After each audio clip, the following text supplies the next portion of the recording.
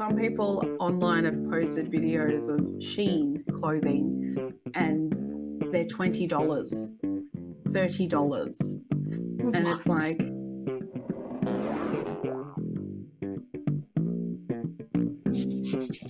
welcome to the Daily Humans podcast. I'm Ashley. And I'm Nina. And we have a special new little adding to our special podcast. And this is called What's in Our TikTok Collection. Woo! We actually started this last year, but we decided to permanently make it a part of our podcast schedule. So who knows when, you'll just see it randomly pop up as an announcement that we are doing it. But in these episodes, we share with you the TikToks that we have saved in our podcast collection, because that's the name that I have for it, podcast, and have a discussion on these topics, whatever video we want to share with you and talk about. It's amazing. I love this so much. And the last time we did this, we both had so much fun. There's so much out there, so much I've learned. Truly, it's insane. So we're hoping that you'll enjoy it with us. We're going to dive into several different videos, topics possibly as well. And yeah, it's going to be fun. I'm very excited for this new addition. Yeah, that's the word. That's English. This new addition to our podcast. And to kick it off as our first topic, because AFL season is starting here in Australia, which is a very popular sport, very popular. I don't mind it. I barrack for Collingwood, and I can just hear all the people in the background right now having a say about that. But nonetheless, I'm not actually. I'm gonna be honest. I'm not a dedicated watcher. I'm not a dedicated fan. I do not watch it majority of the time. I like going to an actual live game, but anyway. This video came up on TikTok that I saved. Eagles fan, and I'm not going to say the name, verbally abuses a female Packers fan at the playoff game. So this was obviously in America.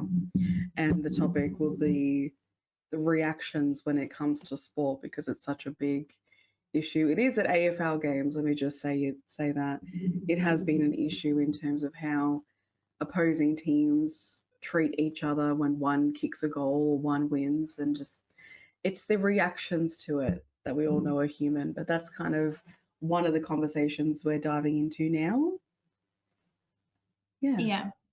It's actually shown me the video, and it's, if I can give you guys the mental picture, there's a couple standing in, I guess, the part where people stand. I don't know what the name is for that section. I'm not very good at sports or going to sports games, but essentially a couple was standing, and the man behind them started verbally assaulting this woman and just calling her everything in the book, calling her ugly, just demeaning her, because I guess her team scored a goal. I think Eagles and Packers are football. Again, I'm not too well versed with sport teams, but I do believe that's the thing. And it's just the guy, she ended up being there with her boyfriend, I believe, and he filmed the whole interaction, and he was like, "What are you doing? You don't talk to her this way." And he just continued berating her. The guy tried to make it about the sport, but the boyfriend, but this guy kept assaulting her and tried to put her down. And in the comment section, I remember seeing that this is a very common thing that happens, that women oftentimes get berated the most and have to leave before the sport game is even over, which I would imagine that these games are not exactly the cheapest. And to be forced to leave because you're scared of your safety because of a sports team winning and another losing is absolutely vile to me. I might offend some people when I say this, but they keep saying that women are extremely emotional, but in fact it seems to be the men. That's always what we get back to, don't we, Ash? I don't think it's an offense. I think it's just the truth, honestly. for all the no, not years, I should say centuries, that women have been associated with that sensitivity label. I know people that are so dedicated in, not just sports, but other things as well, and they can emotionally regulate themselves. You can have passion, and you can have that kind of drive, but I think the boundary line is how you treat other people. That's the conversation right here. I mean, the thing for me that I noticed was his body language that I found most alarming, as well as what he was saying. He was actively leaning forward to her to say it in her ear. And to me, that signifies that he didn't want her partner to hear what he was saying to her. He wanted it just to be within her space, because in his mind, it could have validated that, hey, I get to talk to her this way and there's nothing she can do about it. And I guess that's sort of the thing, isn't it? Is to have dominance over someone that you consider to be weaker or that isn't going to do anything because they can't fight me. So I get to project. If you picture the scene with me, like if you're him, you're standing there and you lean over and you sprout a bunch of vile nonsense to her, knowing she can't do crap about this. That's what I saw when I watched this video. I just saw someone actively validating that they can do this without repercussion or consequence. Yeah. And obviously, I wasn't in the situation, so even saying this is not sort of like a slap on her partner or anything like that. It's such an open space because we weren't there, but I probably would have swapped with her. That was my personal opinion of the situation, is that if I was him, I would have swapped places with her, since this guy felt so comfortable to get in her space and project. That was just a personal little reflection of I would have swapped with her. And yeah, I'm glad he said something, but removing her from his space is optimal. It's just, you remove someone from the space. That's the point. Yeah. Absolutely. Especially, I would assume that they're sports fans they have been sports fans for a long time. And I think I've only gone to one game ever, and that was baseball, and people were to themselves. They were rooting and cheering. I think actually everybody sat separately. Opposite teams weren't sitting together, which might be a thing moving forward. I don't know, for people to consider, but the whole idea that you're going to enjoy yourself, you're going with your partner, you're going with your friends, and then you have to be treated that way is absolutely, like I said, it's disgusting, it's vile. But like you said, Ash, removing that person from the immediate danger and being like, hey, I'm the guy, I can probably defend myself better than my girlfriend, or maybe it was a child, it could be anybody, essentially, from this guy who clearly has anger issues.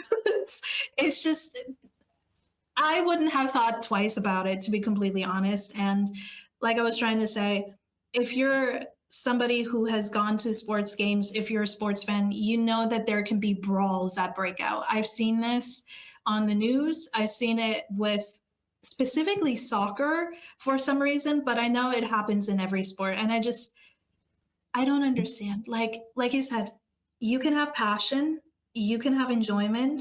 Why get into this whole thing of I have to fight the person next to me because they're a fan of the opposite team? Like what is that about? That is absolutely ridiculous. And the fact that you can control your anger and have to hurl it at a woman, like you said, somebody who he knew in his brain probably wasn't going to fight back. I would have liked to punch him in the face, but of course I probably wouldn't have come out of that very well. So it's a good thing that I wasn't there. It's disgusting to me. Like, grow up. Seriously. Absolutely vile. Yeah.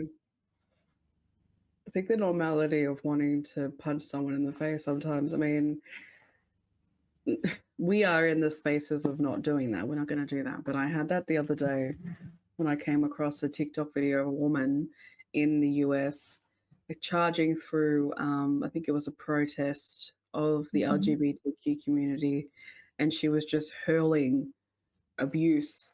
And then she went to young. I'm gonna assume they were young teenagers, and was just in their face. And I was sitting there feeling the anger. And I felt like I said to myself, if that was me, I probably would have punched her in the face. But I wouldn't have. In absolute truth, I wouldn't have. I would have had to regulate and breathe through the anger. But that's the point, right? Because at the end of the day, it's not actually about sport. It's about how you regulate and how dysregulated you are as a human being when things get triggered, when things get deeply within your passion, we'll say, but it heightens your emotions enough. It's what you do in those moments when your emotions are at that sort of high point.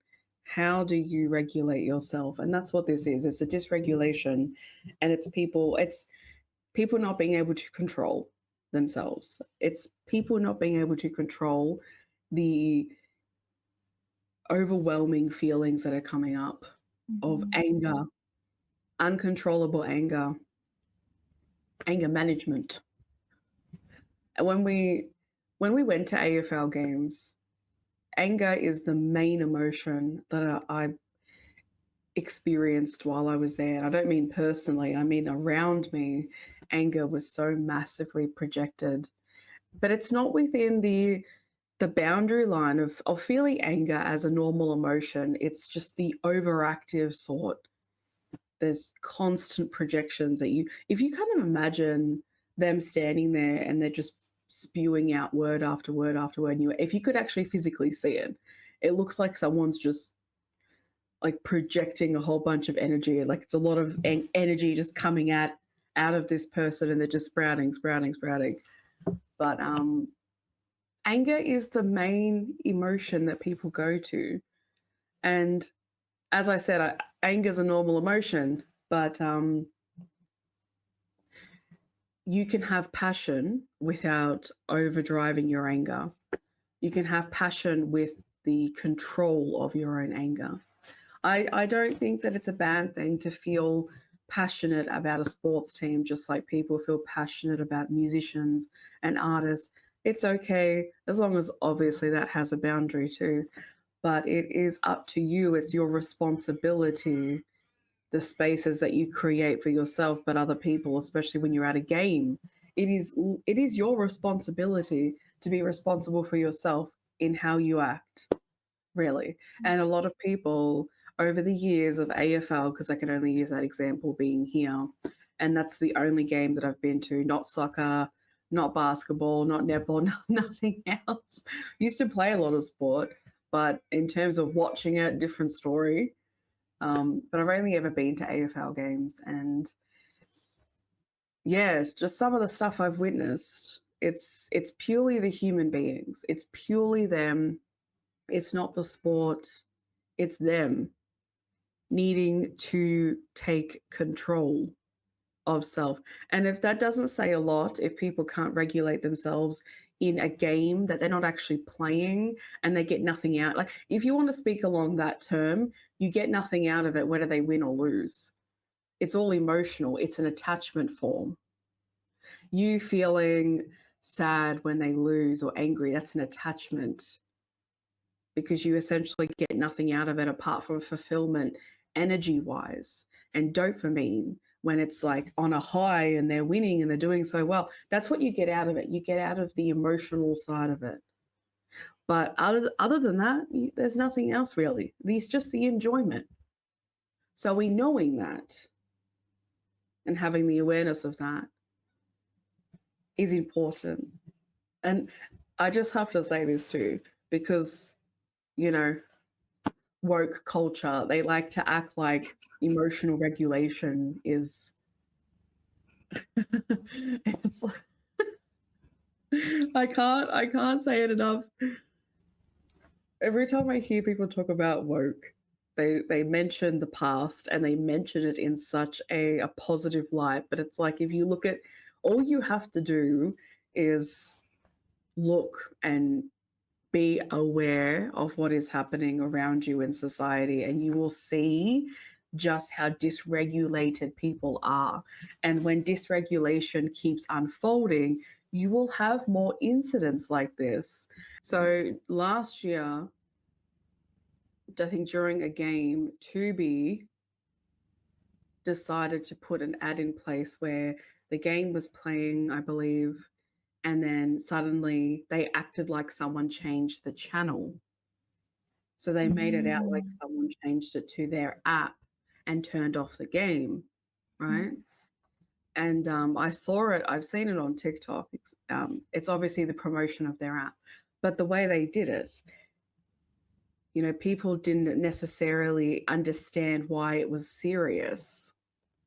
And I'll tell you why, because everything I've said before is in relation to this. This is human beings we're talking about, and a very dysregulated society. There were so many people coming out talking about how domestic violence went up when that ad was played.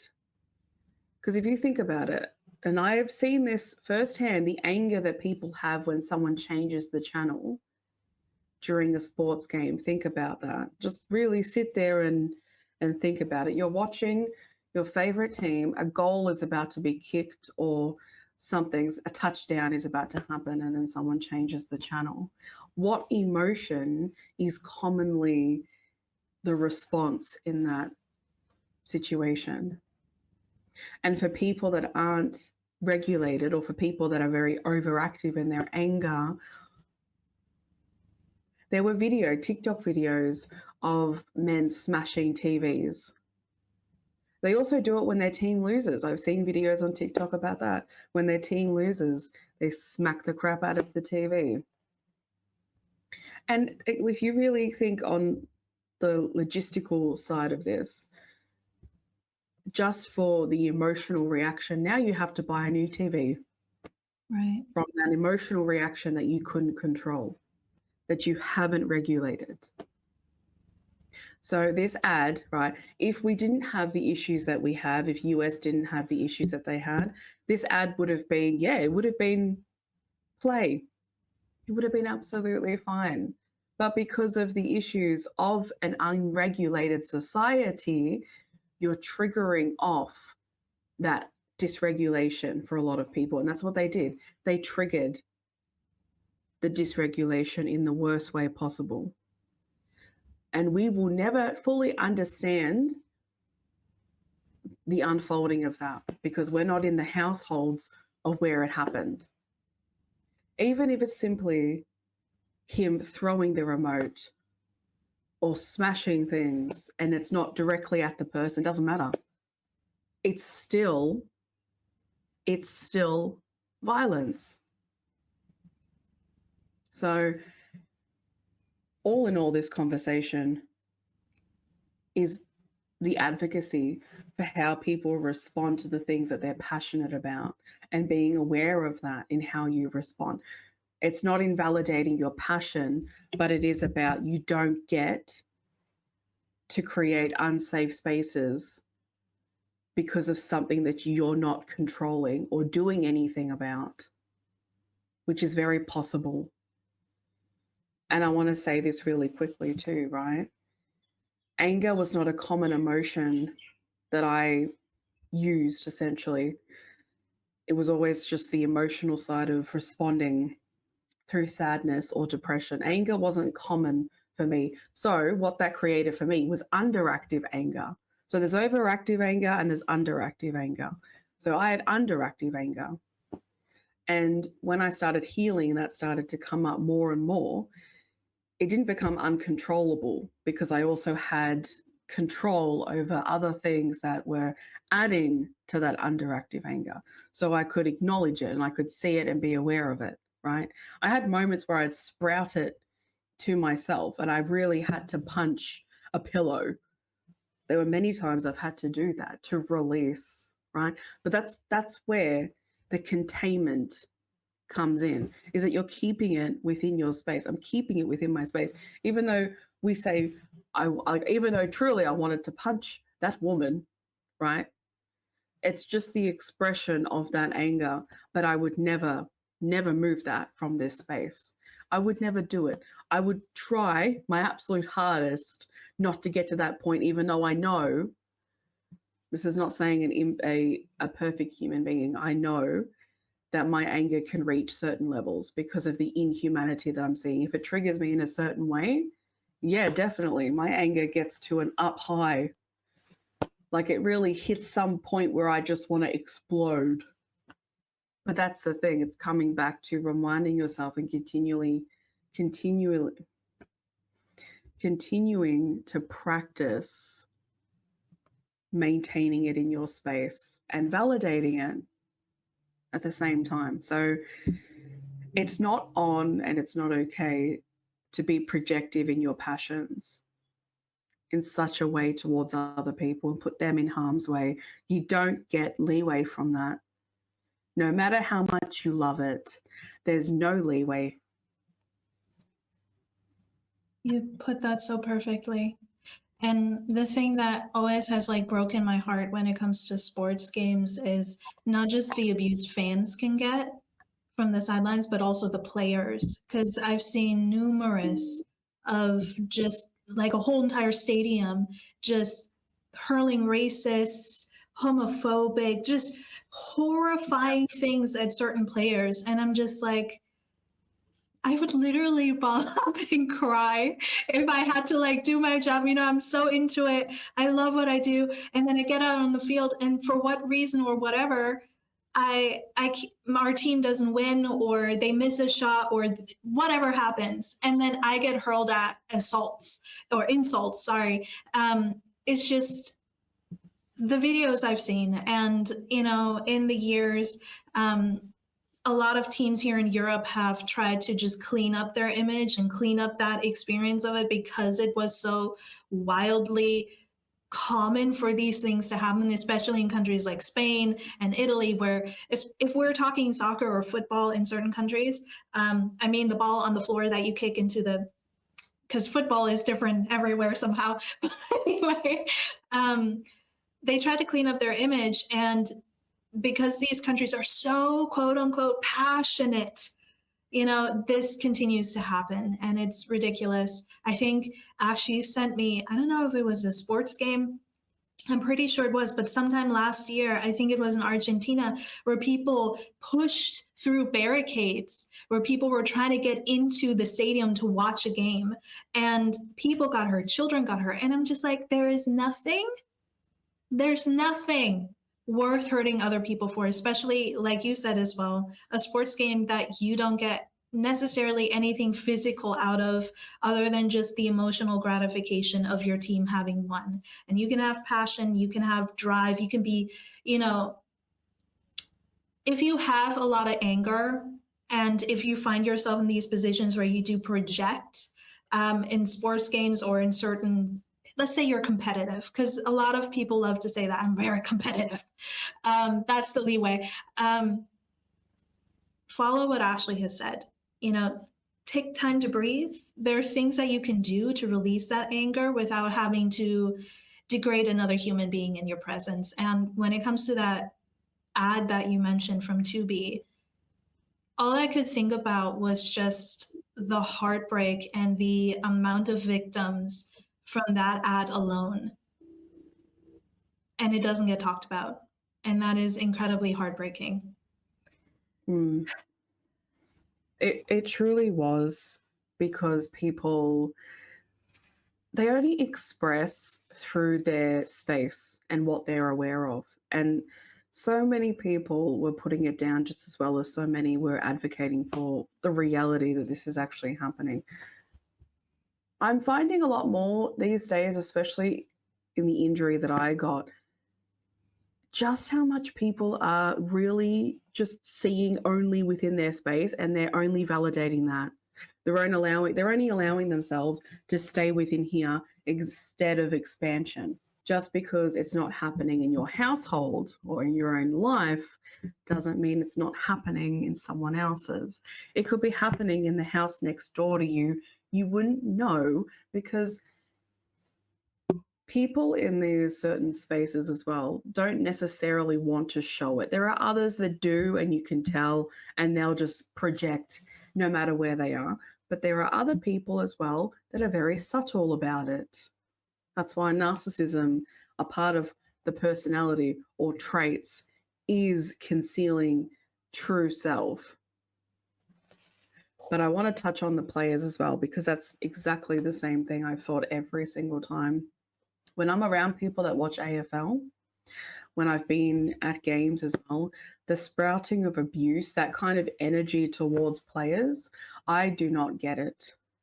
I cannot get something that is only causing harm, is only projecting some kind of narrative that they're perfect beings. You know, as I said, you can be passionate about a sport and you could want your team to win, but there's a difference between wanting your team to win and then subjecting those human beings to abuse. There's a difference. I can never, ever validate. As I said, I'm a Collingwood supporter, and they won the grand final, not last year, the year before. No, yeah.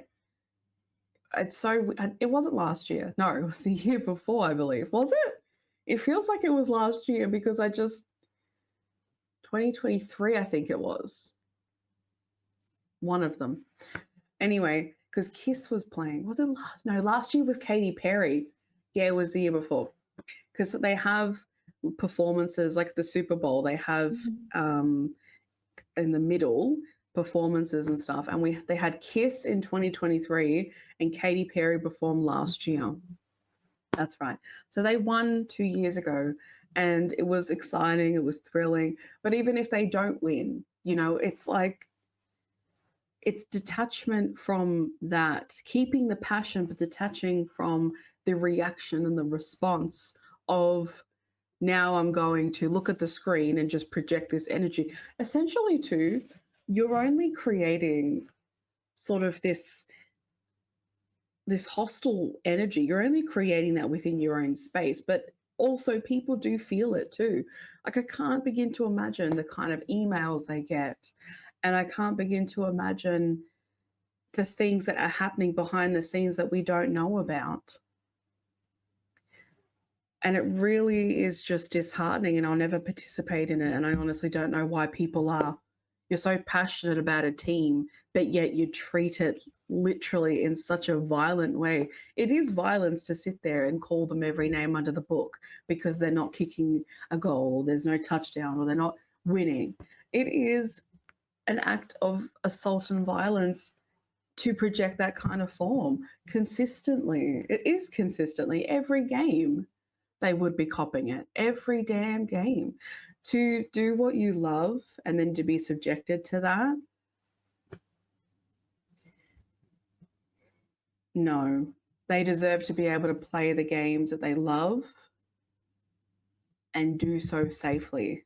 There was an incident here a few years ago during an AFL game where I think she was a 13-year-old girl was sprouting racist remarks towards a Aboriginal player, and yeah, it's just no, just no. Yeah. She was a Collingwood supporter too, may I just say, and I'm not subjecting myself to that area. No.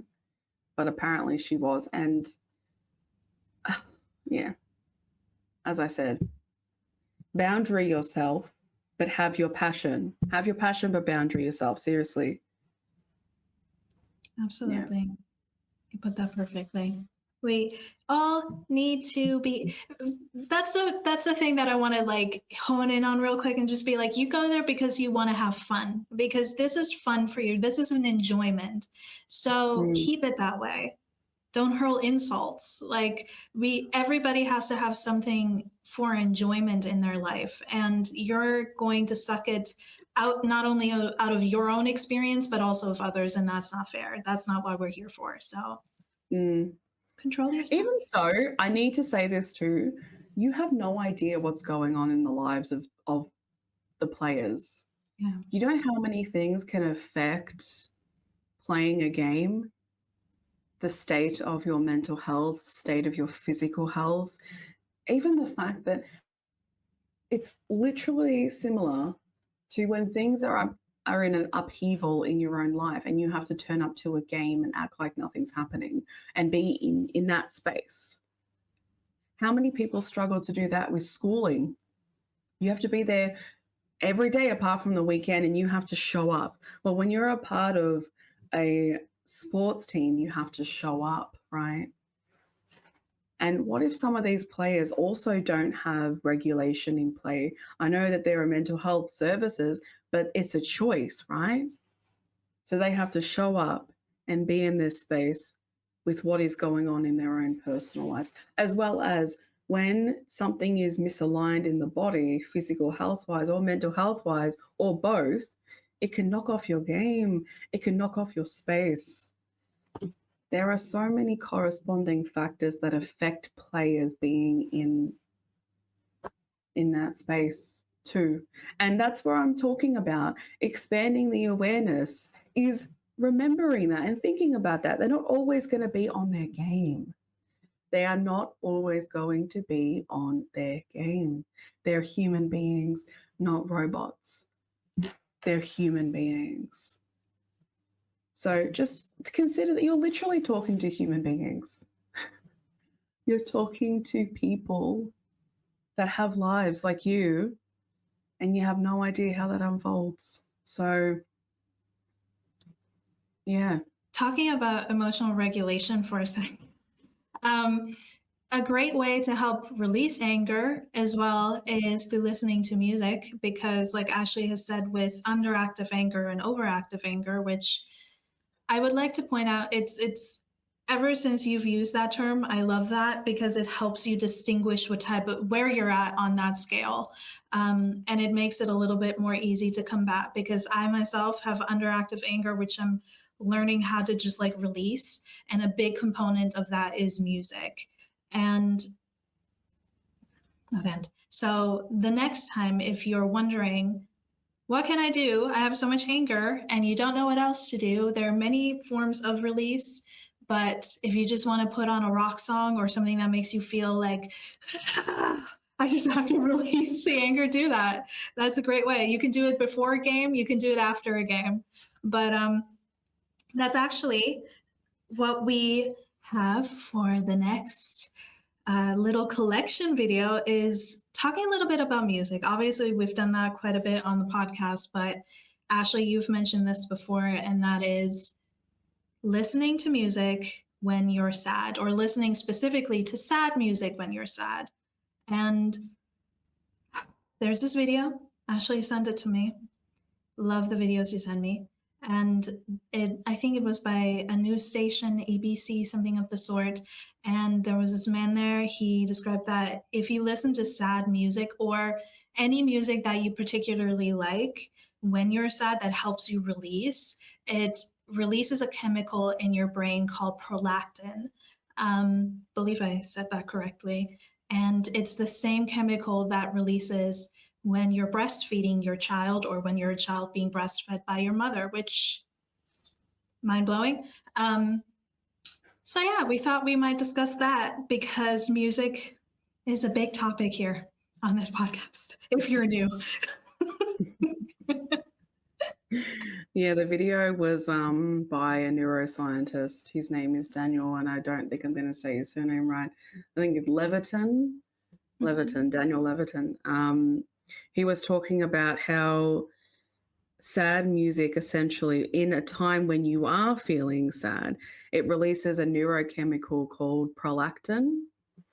And he describes the experience as like a soothing, tranquilizing moment. That's the way that he described it in the video, and talks about how the feeling is similar to a mother and an infant's connection. And it's really interesting because the first thing that I go to when I'm feeling not so great is sad music. I won't say every time. Sometimes I do pop,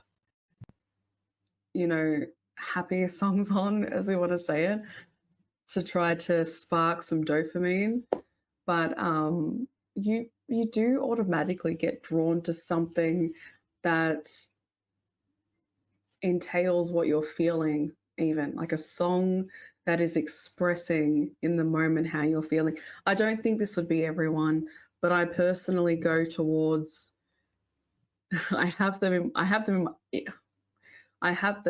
playlist, songs that represent how I'm feeling in that moment. So if I'm feeling unloved, there's songs about feeling in the space of that. If I'm feeling unheard, there are songs that represent that. If I'm feeling like I don't want to fit in, there's an the other day, I want to give an example. I was feeling quite trapped in sort of needing to be like everyone else. And then there's a song by One OK Rock called Stand Out. I think it's Stand Out, Fit In, or Stand Out. And just the lyrics of that song is the symbolization of feeling trapped in the enforcement of fitting in like everyone else and being like everyone else. And then the freedom of that, the symbolization of it is so meaningful. So I do think in a lot of ways there's such a connection with music. And I know some people don't like music, so that's okay. People find their connections in different ways. Just because it's not music doesn't mean there's nothing else there. But the connection that I have with music is so much in tune with emotions and the human experience in so many ways. So it makes complete sense why a neuroscientist would come out and say, yeah, sad songs actually produces a hormone that automatically brings some sense of groundedness to the situation that you're in. And that is not also I'm going to use the word, but it's not linear, okay? Some people might say, but it makes me feel worse. And look, that's how do I say it? I'm sure that for some people, listening to sad music sort of brings them more and more into the state of depression, if that's the state that they're in. But in that situation, that calls for a different method of resolution. So in this case, I'm going to say for just generalized sadness, and maybe even spouts of depression, sad music can trigger maybe even a sad music can potentially give you a space of being heard. I think that's the best way to describe it on my end. Yeah. Yeah, absolutely. I know that when I was at the worst moments of my life, the only place that I felt heard was within sad songs because it was the only reconfirmation that what I was feeling is valid. And I think I'm honestly glad that this man is a neuroscientist and he came out saying that, because I've seen so many people just be like, you shouldn't listen to sad music at all. It brings down your vibration. You're lowering your vibration. And I'm just, that's a whole can of worms. But In the spiritual if, community. yeah, especially in the spiritual community. But the thing is, if you're a person, obviously everybody's experience will be different, but if you're surrounded by people who do not acknowledge emotion, do not acknowledge anything other than happiness and everything is great, or anger, it can make it really difficult for you to learn how to sit and feel your emotions. And for me, sad music was the place that I always went to, and I still go to this day when I feel really just beaten down by life, like but in the past, I would say it helped me grieve, helped me cry. It gave me that platform to release, or that space to release, when I felt like the world didn't give that to me, or the people around me didn't give that to me. So I could just, like, I definitely spent months listening to sad songs, and that was in major depression, teenage me. Now being a little bit older, I have kind of like a flow through it. I'm able to flow through it a lot more. I can listen to sad songs, and then at the end of that playlist is a little bit more motivational, not super positive, but like uplifting a little bit. and it helps me. It helps me cry when I need to. It helps me release a lot of things. And I think it is so important, the fact that it's the same essential chemical in your brain as mothers have to their children. That's insane to me, because it brings back the whole thing of like, music is, there's a reason why this exists, even though many scientists are like, there's no reason why music exists. It's just a mystery. We don't know why. It's not important. Like, no, it is, obviously. Frequency. Yeah. The spiritual community talks about music in a certain way because essentially they're going by the frequency of that music. There was a certain tune that a lot of musicians used. I think it was like 432 or something like that. And it was used a lot within songs, but then eventually they changed the frequency to something else. And see, frequency is felt through energetic, like it's for your energetic field, basically. I need a drink. Hold on. Yeah, frequency is felt in your energetic field. So that's sort of why, just to relay spirituality in like sort of that community, they talk about certain music to be aware of. I think it's just that's the guidance that I would portray it as, is just to be aware that if you're listening to a song and the feeling that you're getting from that song sort of changes your energetic field, to be aware of that. And if it's not in a good way and you're feeling more drawn towards something that doesn't, as I said, doesn't feel good, just be aware of that. Essentially, it's two things. You either need to stop listening to it because it's bringing something up, or maybe it's bringing something up because it needs you to acknowledge what that thing is. There's two ways to go about it, really.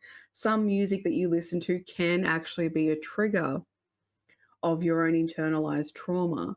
So be aware of that as well, because I've definitely experienced that.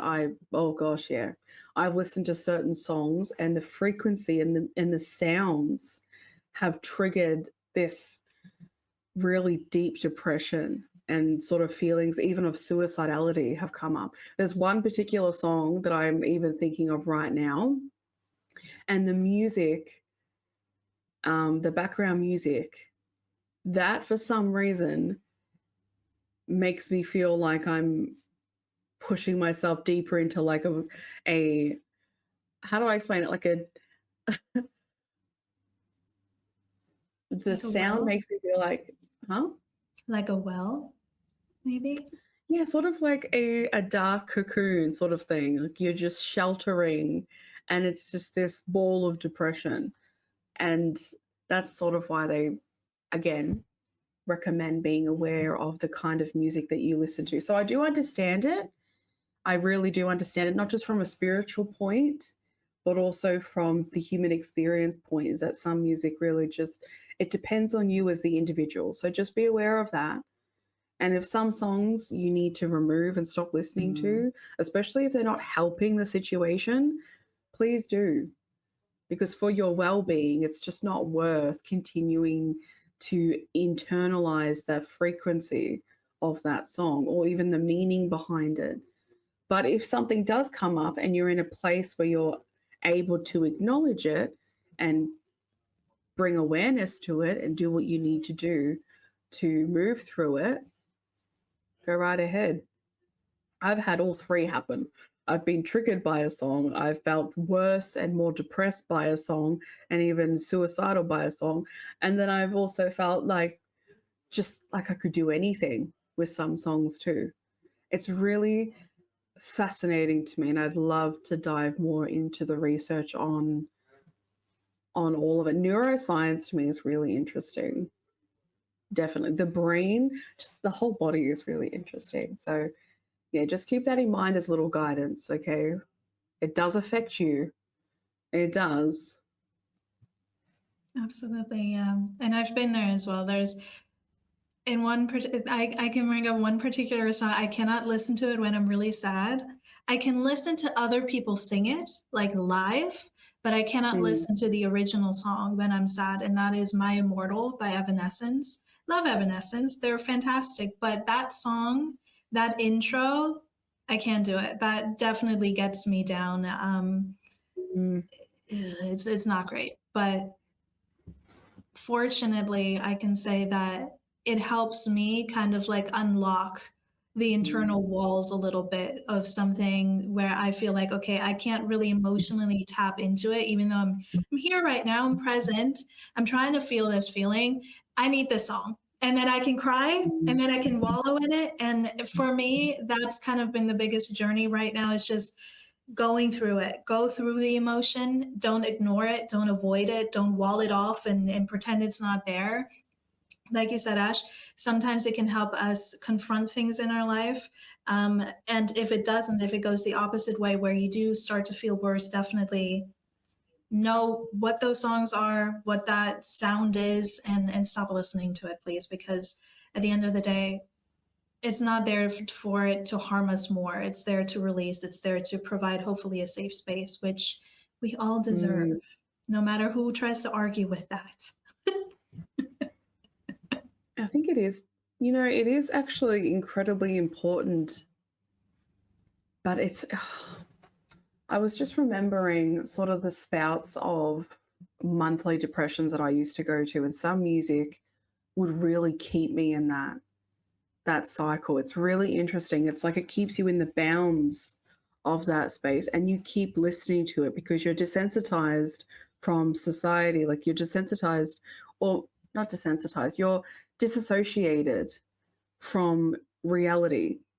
So you're constantly using things that add to that space. You're just staying within that space. And I acknowledge how difficult it is to actually be the person to cut that off when essentially it's just like the way I picture it is like you're in your room. Let's say you have the TV on, you have your laptop on, your phone on, you're listening to music, you have content as well, and all of them are feeding into the space that you're currently in. If you're in a depressive state, all of them are projecting and transferring certain energy towards you that is just aiding to what you're currently feeling.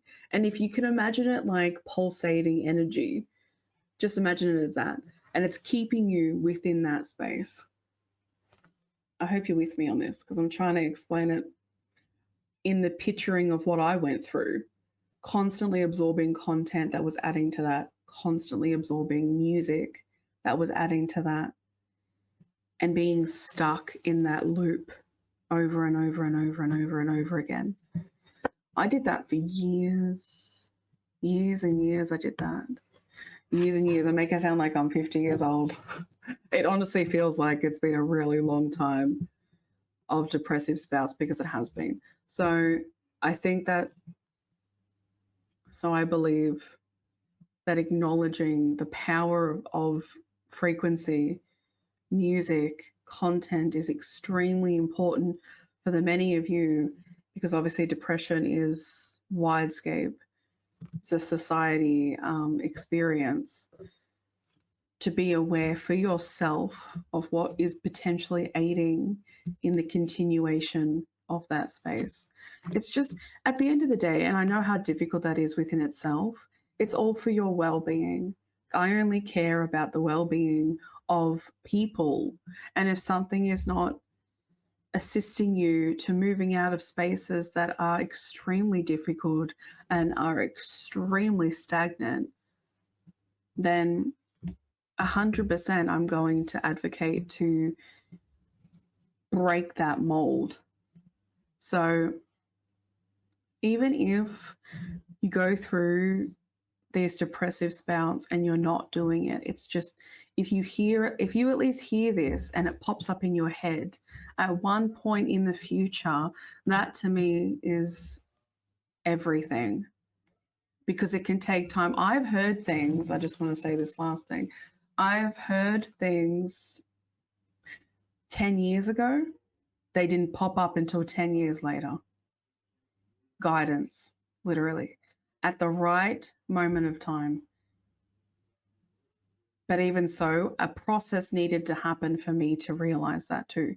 So there's just so many pathways to this. But just be aware that music can also aid and abet in some of the most difficult situations.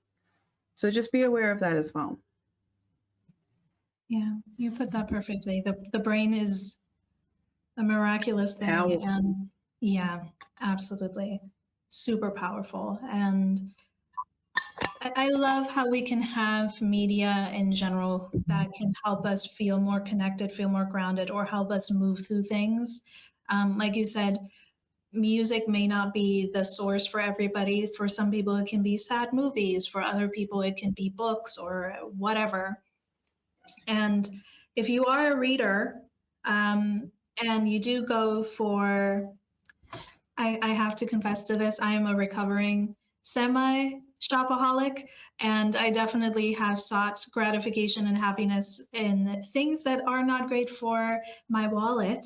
And I'm recovering now, so things are going great. But I will say, if you are a person that seeks out media, seeks out different experiences or content to help with emotional regulation or just emotions overall, it is valid. Don't let anybody make you feel bad for that, because I see that conversation way too much. However, going back to all of you fellow readers, people who go through or go to literary works to maybe escape the world. Been there. Hi. There has been a recent update, which is, drumroll, the next topic at hand, and that is Kindle. If you own a Kindle, if you are an e-reader type of person, or if you have in general switched over to a lot of digital media, whether that be books, movies, music, you should probably listen up to this, because there was a recent TikTok that I saw as of February 26th. Amazon has made it impossible, or essentially taken out the possibility for you to download any books you've bought via the via the Amazon store, for you to back up on your devices or use outside of Kindle. Meaning, moving forward, if there are any books that they do not deem for your information, for you to know that they don't want you to read because of X, Y, and Z. There's been a lot of conversations with book buying bans or book bans in general. That will be taken away. They can edit works, they can restrict works. And if you decide to leave the Amazon ecosystem, you essentially have nothing left of the thing that you bought via that store. So I hear people say, and this is a thought that I had come up to when I heard this initially, well, you can still read it on your phone. The thing is, Amazon may not exist for the rest of our lives. We don't know how the future is going to be, right? But at 50, maybe Amazon doesn't exist. Where does that money go? Where does your buying power go? And do you think it's okay for you to be able to buy something, have a service, and then for you to be stripped of your right to owning the digital property of that, or at least the license to that? I don't think that's cool. And I don't think it's legal, really. Because, I mean, at the end of the day, if you were to leave, you should at least get your money back, because how is this different from a library? But again, these are just a few discussions. Ashley, what are your thoughts on this when you heard this, when I sent you this video? All I have to say really in this topic, because I'm not really someone that uses Kindle, not even Audible. I do have some books on Audible, but they're not, I think they were books that I wanted to get an idea of how they were structured and sort of more entail apart from the trailer. Because obviously you get a little trailer of what the book's about, but I wanted more of a look into it. So yeah, that's when I'd get it. On free credit, by the way. I don't think I've ever paid for any of them. I don't think, no, I haven't. But I'm someone that's more into having a physical book. I'm someone that likes to have a physical book. That's what I'm more for. And honestly, I'm getting to the point too where I'd rather have DVDs. I really am at that point as well. Because like Nina said, we really don't know what the future is going to hold with these companies and just how long they're going to be around. And it's just proof that ownership is becoming non-existent, really, for them to act like you do have ownership by signing up to a subscription, when really there are just underlining terms and conditions that prove that you don't actually have the ownership that you think you have. I mean, the video that Nina sent about Kindle, she was basically saying that in the ownership agreement, it makes it out that you have full ownership, but they don't actually tell users that that's not the case fully. You know, they can make the decisions, they can make the choices for your account on how that is structured and how that unfolds. Just to bring it in as well, it's like subscriptions to Netflix or Disney Plus or anything. They can do whatever they please with your accounts, really. They can choose to make sure that only people in your household are using them, which actually infuriates me. Because why do you get a say on who uses an account that someone is paying for? But anyway, it's in alignment with this as well. It's all happening to continually and subtly take away ownership agreements, to really create the narrative of benefit for themselves rather than you, the person that is paying for all this. So that's the only thing I can add to this is greed. And I think you're absolutely fine when it comes to a foundation that you've created in your business. So why the hell would you implement something that I don't think you would even like yourself if this was put on you? So that's what I've got to say about it. I love it. Greed, I'm not a fan. That needs to be merged. Absolutely. I'm not a fan because I know that people do things to other people that they don't, oh God, let me say it again. I also know that people do things to others that they wouldn't even like being done to them. And I guarantee that a lot of these CEOs would absolutely, if they were on the other side, they would hate having their ownership of something being taken away or someone trying to control it. If someone came in and tried to control their business and tried to slowly take away ownership from them, how would that go down, I wonder? This is human beings at the end of the day. They're human beings. And you just have to understand the psychology, or at least take the journey of learning about the psychology of human beings to know that they do things to others, but they wouldn't like it back. So that's my ending of that topic. That's my silencio. I like that. No, I want to dive deeper into what you said, into subtly taking your ownership away, because there is this TikToker, and since we're talking about our TikTok collections, I believe this is very important for me to bring up as well, because like you said, it's not just books, it's not just movies, it's everything. It's in everything. We've talked about it with the subscription service the last time we did the TikTok collections, and that still infuriates me. But something that I really, really, really need to talk about is being a TikTok creator, because you're on TikTok, you're making videos, sometimes you're part of the creator fund, sometimes they kick you out, sometimes your videos qualify, sometimes they don't. I've seen so much discussion with this within other creators. And then in specific with the TikTok ban that happened in the US, so many people were cut off at an instant from funds, from money, that income that they worked for being an online creator. And a lot of people are starting to have the conversation about ownership of the things you post online, aka TikTok, if you're an online creator, because how dare somebody just come in and take not only your work revenue away, but also your view count, Also, the quality. We've talked about this before. I'm not I'm not going to get heated about it, but like, I know it's greed, I know it's capitalism, but how dare you? And like you said, Ash, I'm so much more into DVDs as well. Like I've acquired a little bit of a tiny DVD collection, and it's all the movies I love, and I can have access to them whether I have Wi-Fi or not. Which, by the way, really hot topic here in Germany because we don't have that shit very easily. We have 4G, 5G, and still we're out of Wi-Fi. So this spans a lot of different conversations. Germany is living somewhere, but it ain't here. No, definitely not.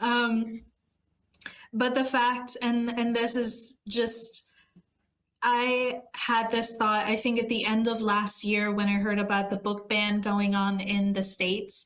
Obviously, a lot of people, a lot of writers are from there.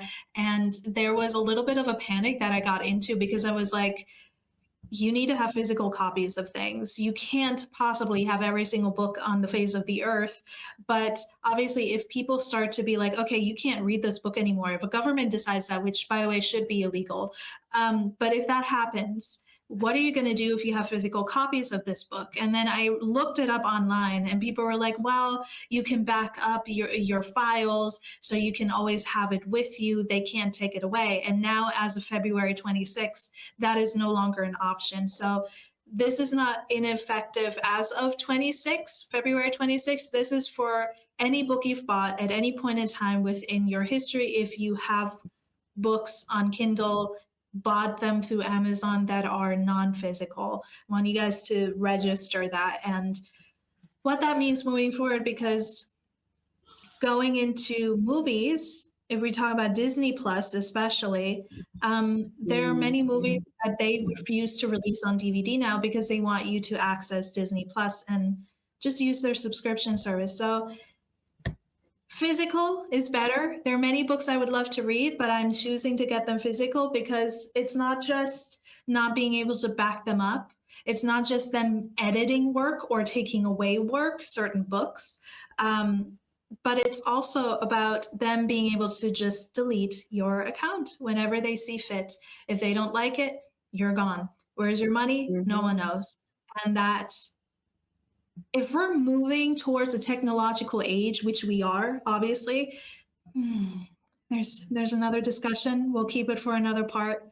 But robot women, just save that. Just bookmark that. We're gonna circumvent that again. But if we're moving towards a technological age, we need to have rights as creators online and people who consume stuff online. Yeah. So yeah. Yeah, I've actually got a TikTok saved about robot AI women, but that will be for a different conversation. Definitely. It's another form of control with social media. We've talked about this before. Yeah. And I know it's getting into another topic, so I'll just quickly say this because we can save it for another collection. But it's another form of control what social media platforms have been doing as well. It's just a showcase. As I said, I think last time, it's just all it is to me is a showcasing of human psychology and the need to control, the need to keep funds and profit coming in. Decisions that are being made that I guarantee those very people that are making them would not like if it was them in this position. If they were making content, if they were the ones that were essentially living off what creators make in the US. We don't have a creators fund here in Australia, by the way. What? No, we do not. Just to say that too, for the advocacy of those that are TikTok creators, there is no creator fund. So they're actively posting because they want to, you know. So yeah, there's no creator fund here. No one's getting paid. Disgusting. It's just the choices on the choices that are made by human beings on the backs of other human beings, but also just to make things harder for themselves, for them. It's all for them. Like the human existence was made for them. Is trying to make this human experience like a stepping stone just for them, so they don't touch the water. It's just like, oh, I'll put another little cement. What do they call the rocks? Cement. Yeah. Like a rock. I'll put another rock there and another rock there. I don't care what I heard underneath the rock. I'm just putting it there for my protection so I don't get wet. It's insanity to me, honestly. And it's not just so you don't get wet, but it's also so they can't reach where you're at. That's why you make things harder, isn't it? You don't want people to be on your level. You feel special. But for those, Can't have the lower class. no, Can't have the lower class in their space. No. it's too woke. And I'm not saying that we're lower class, by the way. It's just from their mindsets. Yeah. Yeah. It's much too woke. Too woke narratives. Too woke. No, we need to stop talking about human rights and advocacy for human beings and a better life, and because that's too woke. Let's just keep it the way it was. Racism, homophobia, transphobia, all of that still a part of our society, and heinous projections. We'll just keep that, right, and keep the misery going because it's too woke to do anything else about it. So thank you for joining us, and goodbye. We can't talk no more. There's no more episodes because it's too woke. Yeah. It's not too woke. It's just too human. It's just too human. Yeah, you don't want to talk about this human stuff, okay? We need to stay ignorant to it because that gets the job done. Makes you more successful. Yep. You make more profit when you ignore the human. Like the lady that's there working, right? Ignore her. She's irrelevant. Just focus on making sure that you stay asleep and are making your profit at the expense of her. And if she comes on and says something about it, call her woke for it. Yeah. If she's talking about her human rights, call her woke. How dare you talk about your rights? Stay where you are, get $9 an hour and accept it. Exactly. Jane Fonda said in her speech at the SAG Awards, woke is just giving a damn about human beings. Yeah. That's a t-shirt. I know. It was such the way she said it too. A lot of passion in that, and that's good. That's good passion. Yeah. Not the type you hurl at other people. And not, it's not passion either. It's just abuse. So. Yeah.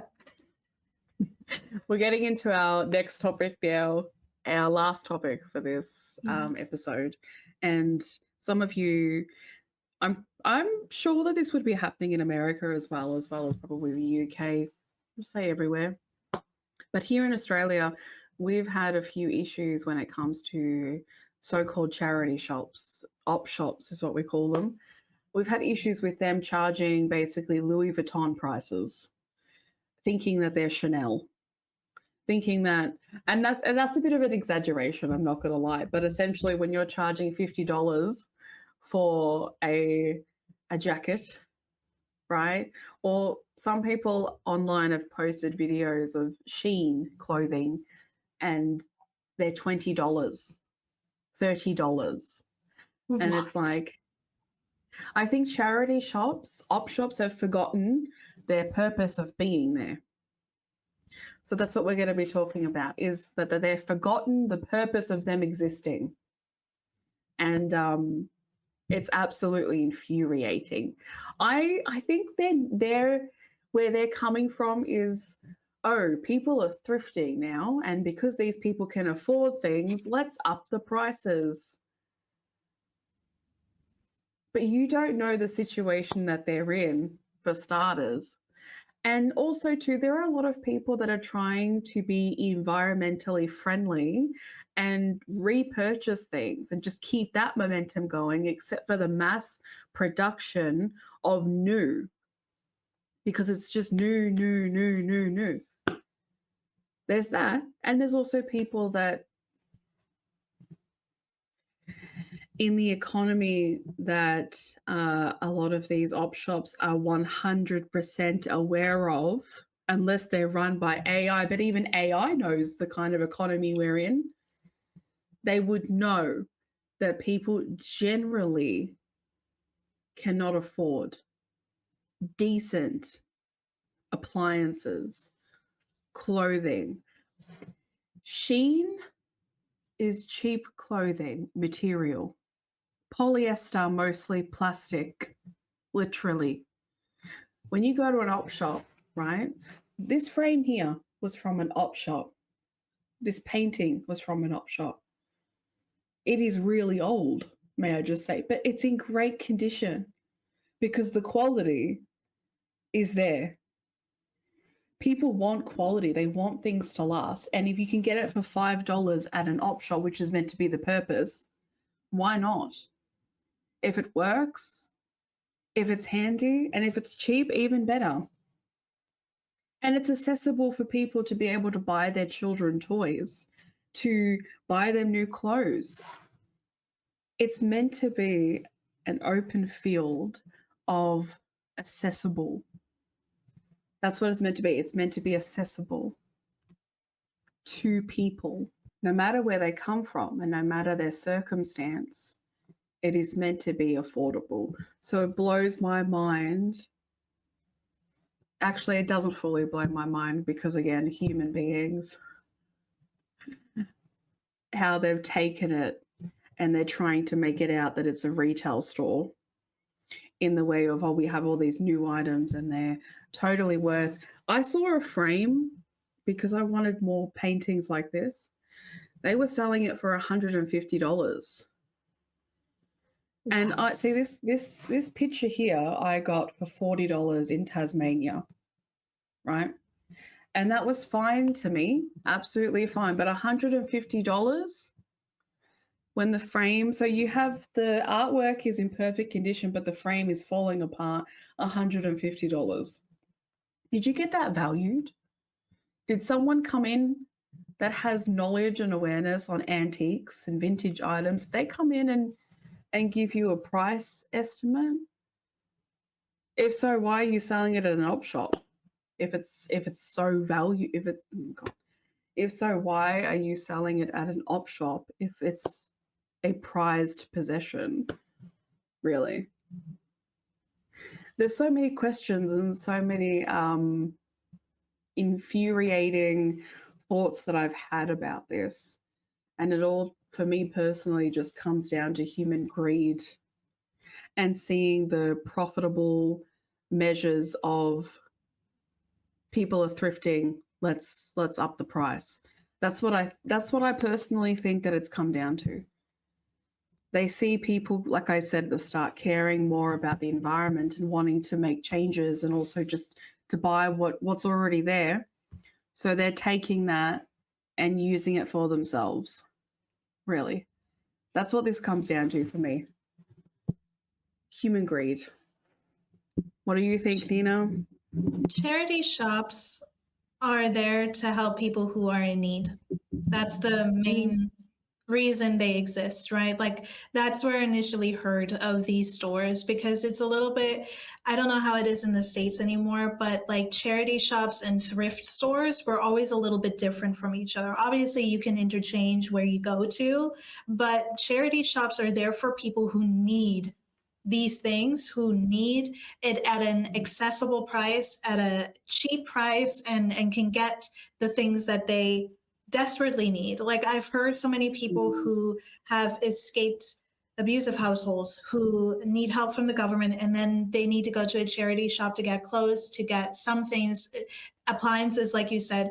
And now, you have this, oh, there's an uptick in people who are thrifting. Let's raise our prices. I'm sorry. Aren't these majority? I mean, I don't know how it is worldwide, but a lot of these charity shops, aren't they run by Christians?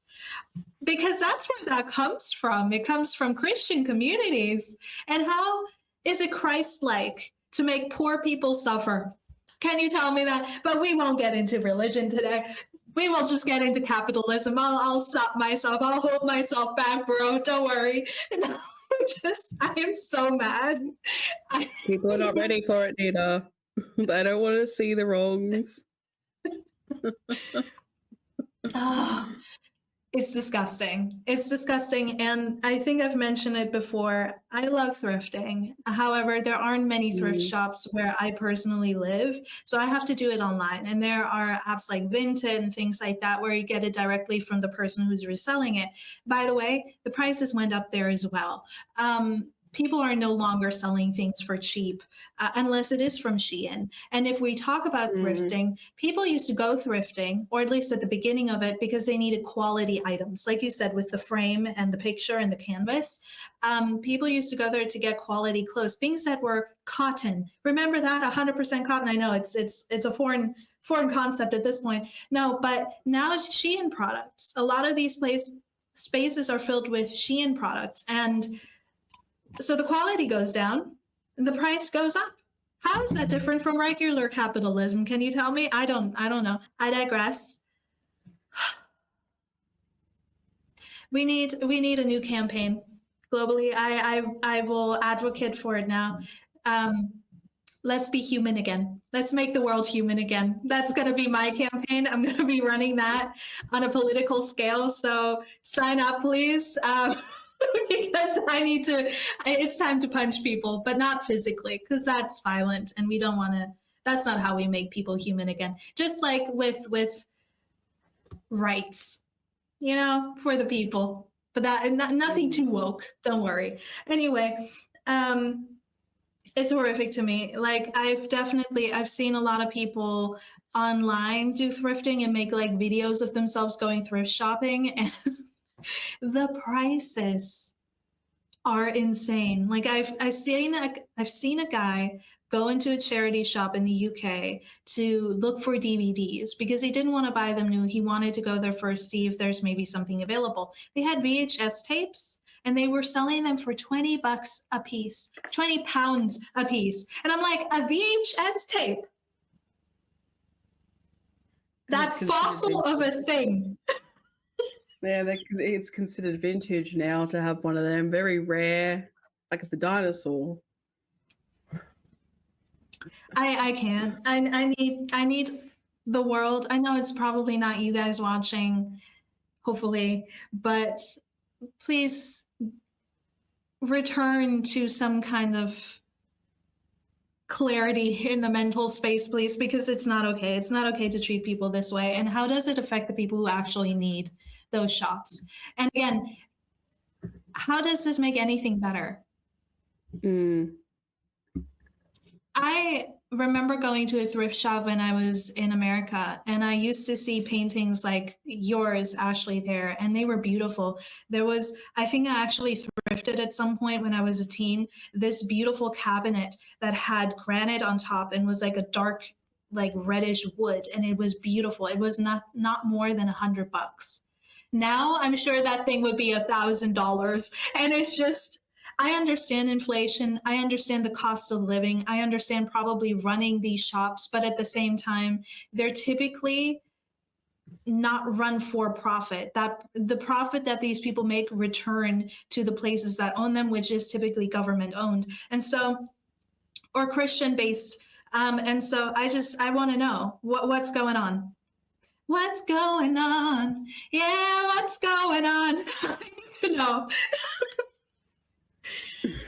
They'll say that it's inflation. That's what they'll say. Yeah. They'll say it's because of inflation that we've had to make these drastic decisions in upping our prices. But just like all the other like supermarkets and any place that uses that, you're all just ring-a-rosy in the same circle. You're just cycling through inflation. Really. You're just cycling through that. I don't even want to go there with what I think about inflation. There's nothing about it that is assisting community, and that's the point. It's not meant to assist you in your space. And obviously people can believe whatever they want, it's their choice, but I sit here and I think you would have a choice. You have a choice, including the people that started inflation and folded it down the narrative and said, well, if you want to save your business, you need to up your prices. If you need to do this. And they also made it hard for businesses to not do so either. And I acknowledge that by upping their rent and putting more terms and conditions. It's like with renters, rental agreements rent in general. It is all just unfolding, and it's like domino. It's a domino effect, really. So I'm guessing op shops potentially think about that as well and thought, yeah, we have to up our prices too because, the lining of our pockets also matter. This is one of those things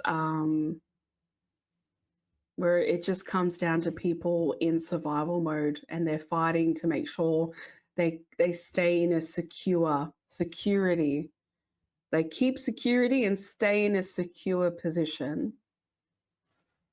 I'm okay to admit I'm wrong if someone wants to come out and say, no, I didn't up the prices because of this, this, and this. Like if someone that run these op shops that we have here came out and said an actual, explanation as to why, apart from just inflation, then I'm here to hear it. But in my head, there's no excuse for any of this. They keep reporting it on the news, just cycling through the same crap. Inflation. Hey, people are suffering, so you know what? I've got to stop myself because this is going to turn into a completely different TikTok collection. But nonetheless, it's just greed, and I don't think it's going to change anytime soon. There are some op shops, especially when you head up regional ways, that are selling things cheaper. That's the thing. It depends on the person that's running it. It really depends. I went to Savers last year, I think it was. Yeah, and the prices weren't too bad. I'm not going to lie. They weren't too bad. The DVDs there, I brought some DVDs when I went to another op shop. I cannot remember what it was called. Brotherhood, maybe? No. I can't remember what it was called. But I know I brought DVDs, I think, for like $3, $5, I think it was. And I was checking them as well. Always check them because they can be really scratched.